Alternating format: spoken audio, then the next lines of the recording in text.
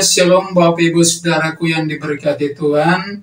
Salam jumpa kembali bersama dengan saya dalam channel ini. Pokok pembahasan saya kali ini adalah berbicara tentang sebuah rahasia yang sangat dalam, sebuah rahasia yang besar, yang seringkali kita abaikan, yang seringkali kita tidak belajar untuk mengerti, bahkan memahami apa yang menjadi rencana awal terbesar dari Tuhan untuk penyelamatan kehidupan manusia. Saudara-saudara, awal rencana penyelamatan Allah atau Bapa kepada manusia ya bukan ditujukan kepada pribadi-pribadi atau oknum-oknum tertentu, tapi rahasia keselamatan Allah, rencana penyelamatan Allah atas kehidupan manusia pertama-tama diarahkan oleh Tuhan kepada rumah tangga atau nikah orang-orang percaya.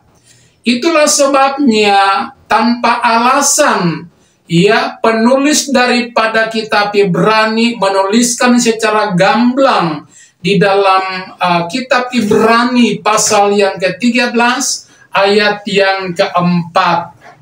Demikian bunyi firman Tuhan.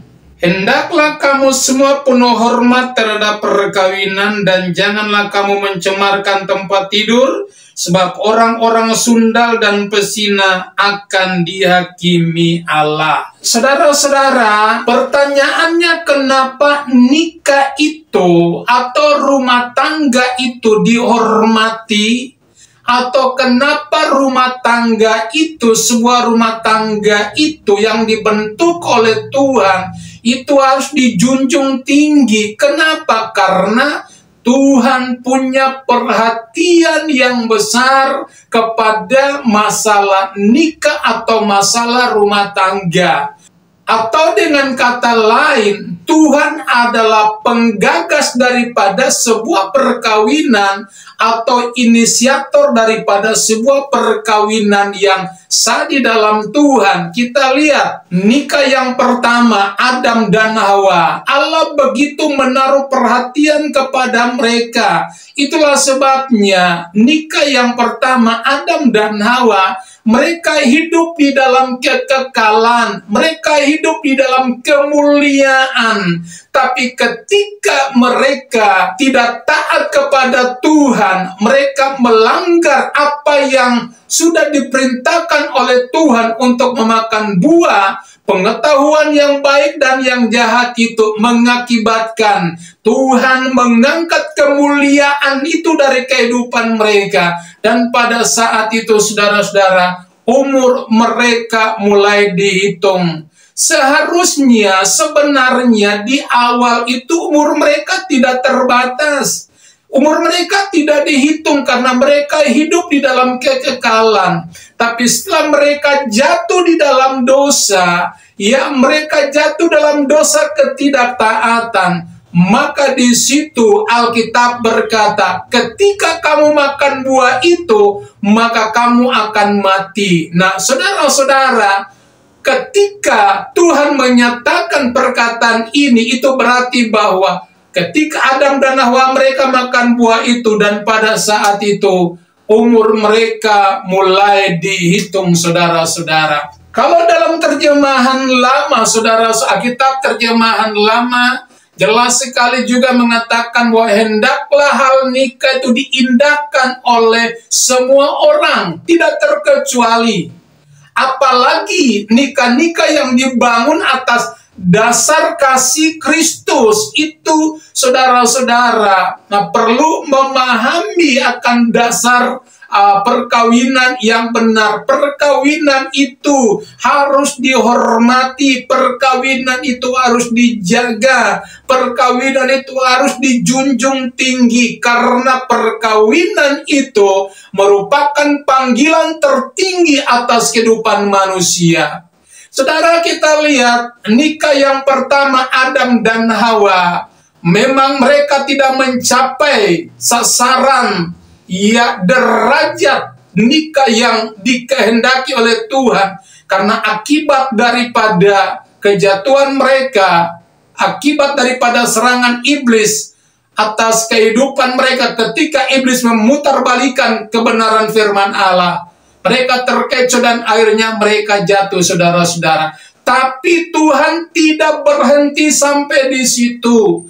Tuhan menyusun sebuah agenda yang baru. Tuhan menyusun sebuah program yang luar biasa. Itulah sebabnya Paulus dengan tegas mengatakan, nikah itu harus dihormati atau diindahkan oleh semua orang.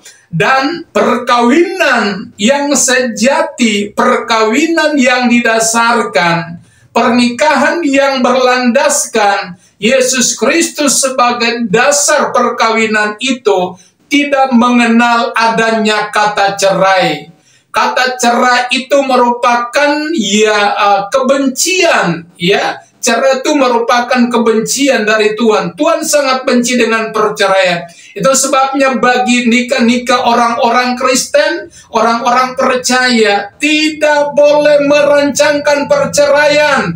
Tidak boleh bercerai. Karena itu Tuhan berkata, apa yang dipersatukan oleh Tuhan tidak boleh diceraikan oleh manusia. Apapun alasannya, kecuali kematian, saudara-saudara. Puji Tuhan, kita melihat rentetan penyelamatan, ya, dari Tuhan terhadap nikah-nikah. Ketika air bah melanda dunia pada saat itu, Alkitab mengkonfirmasi bahwa semua orang mengalami kematian, baik binatang, baik manusia, bahkan juga sampai kepada tumbuh-tumbuhan, saudara-saudara.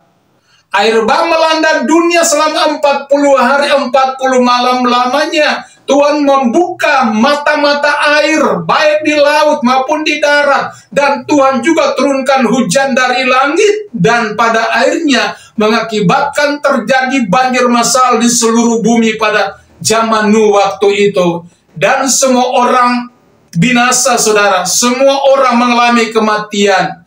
Yang diselamatkan hanya Nuh bersama dengan istrinya, kemudian ketiga anak laki-lakinya, masing-masing dengan istri-istri mereka. Jadi kita lihat, saudara-saudara, bahwa rencana penyelamatan Tuhan terhadap sebuah perkawinan rumah tangga itu begitu mulia, begitu luar biasa, saudara-saudara. Dan itu akan terbawa terus, Bapak Ibu, akan terbawa terus. Nah, kita lihat kemudian rentetan penyelamatan yang berikut, saudara-saudara. Kita lihat waktu Yesus memulai pekerjaannya di bumi ini, mujizat pertama yang dilakukan adalah pesta perkawinan di Kana. Itu juga berbicara tentang rumah tangga. Itu juga berbicara tentang perkawinan atau pernikahan. Jadi perkawinan atau sebuah pernikahan itu benar-benar yang menjadi poros perhatian daripada Tuhan. Dan kita melihat, saudara, seperti dalam kitab Kejadian pasal 1, dimulai dengan rumah tangga Adam dan Hawa. Dan rumah tangga yang pertama itu tidak mencapai derajat yang sesungguhnya yang dikehendaki oleh Tuhan. Tapi rencana Allah tidak pernah gagal atas kehidupan manusia. Allah kembali menyusun program yang baru. Allah punya rancangan yang luar biasa, di mana dalam kitab Wahyu pasal yang ke-22 17 jelas sekali firman Tuhan berkata bahwa roh dan pengantin perempuan itu berkata, marilah. Dan barang siapa yang mendengarnya, hendaklah ia berkata, marilah. Dan barang siapa yang haus, hendaklah ia datang. Dan barang siapa yang mau, hendaklah ia mengambil air kehidupan dengan cuma-cuma. Jadi dari awal kitab Kejadian yang pertama, Tuhan memulai dengan rumah tangga Adam dan Hawa. Dan kitab Wahyu pasal terakhir, Tuhan juga akan mengakhiri dengan sebuah rumah tangga atau sebuah perkawinan. Cuma perkawinan yang terakhir ini, Ya, ini undangan yang terakhir ini, saudara-saudara. Ini tidak ada undangan lagi. Ini undangan terakhir bagi setiap orang. Di dalamnya adalah orang-orang percaya yang telah mengalami kelahiran baru, yang lebih dikenal adalah gereja Tuhan atau tubuh pengantin perempuan. Itulah yang nantinya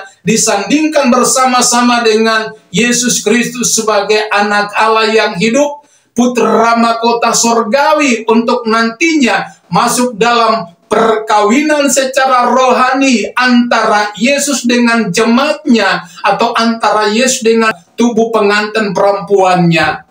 Saudara-saudara yang diberkati Tuhan, kita harus memahami rencana Tuhan yang besar ini, ya. Kalau kita tidak memahami akan hal ini, saudara-saudara, maka saya katakan bahwa kita akan gagal di dalam perjalanan, bahkan pengiringan kita, karena posisi kita, ya, sebagai orang-orang percaya itu digambarkan sebagai, ya, pengantin perempuan dari Yesus Kristus, dan Yesus sebagai mempelai laki-laki sorga. Saya akan tunjukkan bukti atau fakta ayat bahwa pengantin atau istri anak domba itu memang benar-benar ada. Dalam kitab Wahyu pasal yang ke-11 ayat yang ke-9, firman Tuhan berkata demikian. Maka datanglah seorang dari ketujuh malaikat yang memegang ketujuh cawan, yang penuh dengan ketujuh malapetaka terakhir itu. Lalu ia berkata kepadaku, katanya, marilah ke sini, aku akan menunjukkan kepadamu pengantin perempuan mempelai anak domba Allah. Ini sebuah perkawinan yang penuh dengan kemuliaan. Perkawinan yang terakhir ini antara Yesus sebagai mempelai laki-laki sorga, gereja Tuhan sebagai mempelai perempuan atau istri anak domba. Tidak ada, ya, hawa nafsu, tidak ada hal-hal yang najis di dalam perkawinan ilahi ini, tapi yang ada hanya hal-hal yang bersifat suci, hal-hal yang bersifat kudus, hal-hal yang bersifat benar dari Tuhan. Tidak ada hal-hal yang kotor atau yang berdosa masuk di dalam perkawinan antara Yesus dengan gerejanya, saudara-saudara. Jadi kita harus pahami betul seperti dikatakan juga dalam kitab Wahyu pasal 12 ayat yang pertama. Jelas sekali dikatakan di sana, saudara-saudara. Maka tampaklah suatu tanda besar di langit, seorang perempuan berselubungkan matahari dengan bulan di bawah kakinya dan sebuah mahkota dari 12 bintang di atas kepalanya. Ia sedang mengandung dan dalam keluhan, dan penderitanya hendak melahirkan. Ia berteriak kesakitan, dan seterusnya, saudara-saudara. Jadi perempuan dalam Wahyu pasal yang ke-12 ayat 1 ini merupakan wanita yang nantinya menjadi pasangan dengan pribadi Tuhan Yesus itu sendiri, saudara-saudara. Ya, wanita ini gereja Tuhan, berbicara tentang gereja Tuhan. Wanita ini diselubungkan, ya, dengan matahari. Matahari menaungi, menyelubungi perempuan ini. Ya, matahari ini gambaran dari Allah Bapa. Kemudian perempuan ini berdiri atas bulan. Bulan ini bertanda darah. Ini bicara tentang pribadi Yesus. Ya, ketika gereja Tuhan bahkan pengantin perempuannya berdiri atas korban darah Tuhan, maka tidak ada sesuatu yang dapat merampas kehidupan mereka dari tangan pribadi Yesus sendiri. Karena dia berdiri kokoh di atas darah anak domba Allah. Dan kemudian bermahkota 12 bintang, saudara. Ini berbicara tentang pribadi Roh Kudus. Jadi Allah sepenuh atau Allah yang esa, Bapa, Anak, dan Roh Kudus menaungi gereja Tuhan. Sehingga tidak ada alam maut menguasainya, melindungi gereja Tuhan, melindungi tubuh pengantin perempuannya, sehingga tidak ada serangan apapun dari dunia, setan iblis dapat membahayakan atau menghancurkan tubuh yang mulia ini, saudara-saudara. Puji Tuhan, saudara, biarlah apa yang saya paparkan pada kesempatan ini boleh membuka wawasan kita, mencerahkan kita, supaya kita lebih memahami dan kita mengerti, serta menjaga akan perkawinan pernikahan kita, supaya jangan sampai ya perkawinan itu tidak dihormati, harus dihormati, dijunjung tinggi, dan kemudian tidak boleh mempraktekkan hal-hal yang najis, hal-hal yang kotor, hal-hal yang berdosa dalam perkawinan. Karena perkawinan kita itu adalah perkawinan yang sangat sakral, perkawinan yang menjadi poros perhatian daripada Tuhan.